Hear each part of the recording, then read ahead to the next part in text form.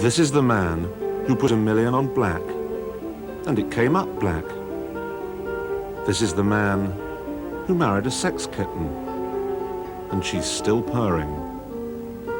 This is the man who moved into gold, just before all the clever money moved in as well.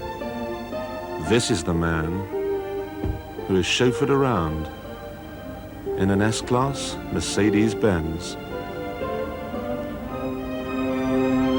People at the very top, presidents not only of international companies, but of whole countries, travel S-Class. And to make sure they aren't swayed toward BMW or Cadillac, Mercedes has just spent $1 billion turning what was once the best car in the world into what damn well ought to be the best car in the world.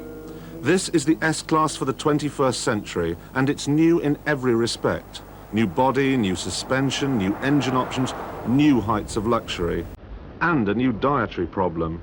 It's more than 17 feet long, and this, the 85,000-pound range topper, weighs more than 2 tons.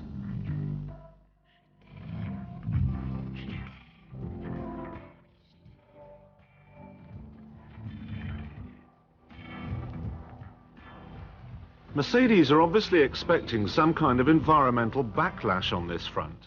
So they're talking at some length about how they hardly use any CFCs while making it, how they use water-based paints, how they've stopped using tropical wood, and how a large part of it is made out of recycled bits and bobs. Just think, this whole car was once probably a Volkswagen Polo, or 3. But El Presidente is not going to buy it just because it's nice to the trees. He'll want to know what it's like back here, and he won't be disappointed. Even if he's a very large El Presidente, he's going to fit. It is vast. Now, Muggins up front, he's got plenty of toys and buttons to play with, what with his electric rear-view mirror and his fold-away exterior mirrors, but I haven't been forgotten either. I've got electric seats, and they really do recline. They're heated, of course, and there's electric lumbar support as well. And then there's the rinky-dinky little mirrors in the roof, and my own air conditioning controls, and they work 20 minutes after the engine has been turned off. You can specify air suspension, but quite frankly, I don't see the point. The ride is absolutely superb. Not so firm that a fat Presidente will wobble, and not so squidgely that he'll arrive at his gin palace feeling car sick.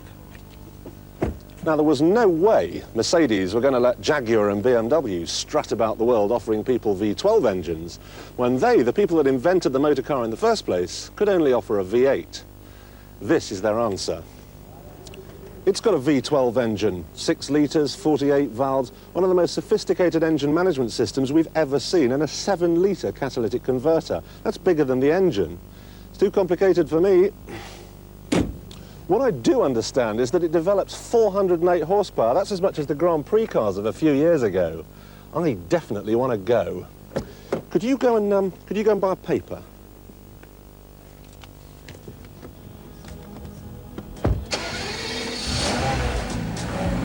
What a wicked game to play to make me feel this way. What a wicked thing to do. Let me dream of you.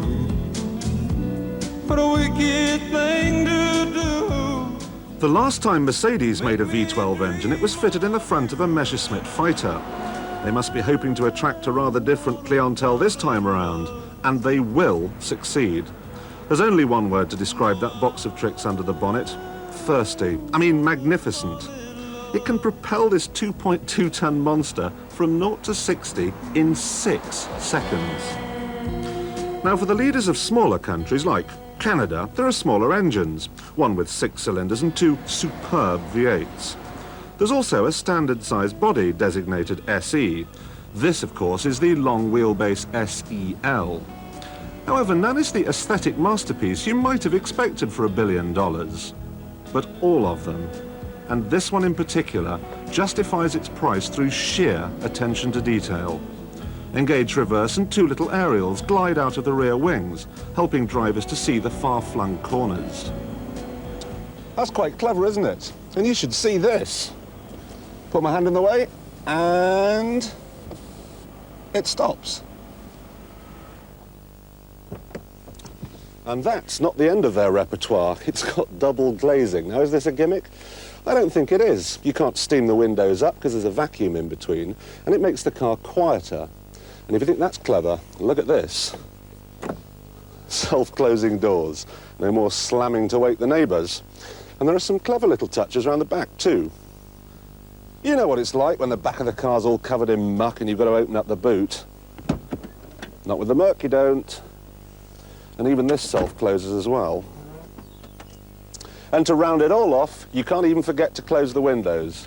Operate the remote central locking, and they shut themselves. There is so much to enjoy about this car. It somehow seems a shame to waste my time driving it. Dennis, I want to go home now. No, now, Dennis, now.